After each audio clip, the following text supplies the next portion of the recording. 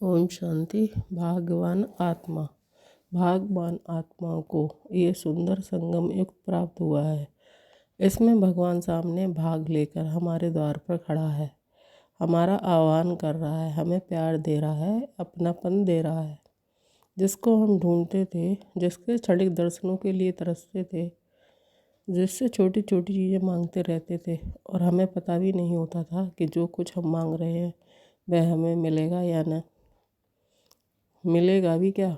अब हमें भरपूर करने के लिए, जन जन सुखी बनाने के लिए हमारे सामने आ गया है, अपनी ओर से दे रहा है। हमें मांगने की ज़रूरत भी नहीं है, हमें शक्तियाँ भी दे रहा है, संपूर्ण सुख शांति भी दे रहा है, सर्व खजाने दे रहा है, वरदान दे रहा है और भविष्य के लिए तो ना जाने क्या क्या लेकर आ गया है। उसकी आप लिस्ट बना सकते हैं कि कितना अथाह धन संपदा हमारे पास होगी कि सारा संसार उससे पलेगा। आप जानते हैं, विदेशी आक्रमणकारी यहाँ पर आए, हमसे धन संपदा लूटने के लिए और लेते गए, पर भारत भरपूर ही रहा।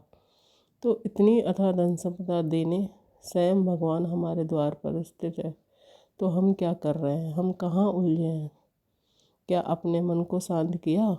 क्या भगवान को पाकर ईश्वरीय सुखों से स्वयं को भरपूर किया है? कहाँ उलझे हैं हम? जहाँ उलझे हैं वहाँ तो उलझना हमें शोभा ही नहीं देता। वहाँ तो निम्न निम्न कोटि की आत्माएं उलझा करती हैं। निकलो और अपनों को मान कर्तव्यों को पहचानो। तुम्हें संसार को जगाना है, संसार में सुख शांति की लहरें फैलानी है। अनेक मनुष्य संसार में दुखी होकर चिल्ला रहे हैं, रो रहे हैं। तुम्हें उनके आंसू पोंछने हैं। तुम्हारा जीवन रोने के लिए नहीं है, मातृ शक्ति तुम्हारा जीवन आंसू बहाने के लिए नहीं है। तुम्हें तो रोतों को हंसाना है, तुम्हें तो सबको बल देना है। अपनों को पहचानो, अपनी शक्तियों को पहचानो। तुम महान कुल के वंशज हो, तुम भगवान की संतान हो। तुम अपने कर्तव्यों को पहचानो। चिंतन करो, मेरा ये जन्म किस किस महान कार्य के लिए हुआ है। स्वयं भगवान ने जन्म दिया है, जन्म देते ही उसने शक्तियाँ और वरदान दिए हैं। जन्म देते ही श्रेष्ठ भाग लिख दिया, ईश्वरीय ज्ञान का खजाना दिया। भगवान ने जन्म दिया, उसने ही पूरा जीवन पालना की। अब जिस कार्य के लिए उसने हमारा श्रृंगार किया है, हमें महानताओं से भरा है, हमें बस अब वही करना है। बाकी व्यर्थ की चीज़ों की ओर जरा भी ध्यान नहीं देना है। बुद्धिमान को कहीं भी आपस में उलझना उचित नहीं है।